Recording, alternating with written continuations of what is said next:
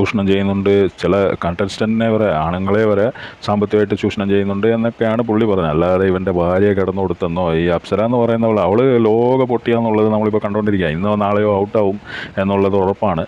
കാരണം അവളുടെ പ്രവർത്തനമൊക്കെ അതിനകത്ത് അതുപോലെയാണ്. അവൾ മറ്റേ ഡബിൾ ടൈം മറ്റേ ക്യാപ്റ്റനായിരുന്നു, ബെസ്റ്റ് ക്യാപ്റ്റനായിരുന്നു, ഭയങ്കരമാണ് അവൾ, ഭയങ്കര ഒരു സംഭവമാണ് അവളെ തന്നെ വിളിക്കുന്നത് മറ്റേ ക്യാപ്റ്റൻ കൂൾ, മറ്റേ ധോണിയെക്കാട്ടിലും വലിയ ക്യാപ്റ്റനാണെന്ന് അവളുടെ വിചാരം.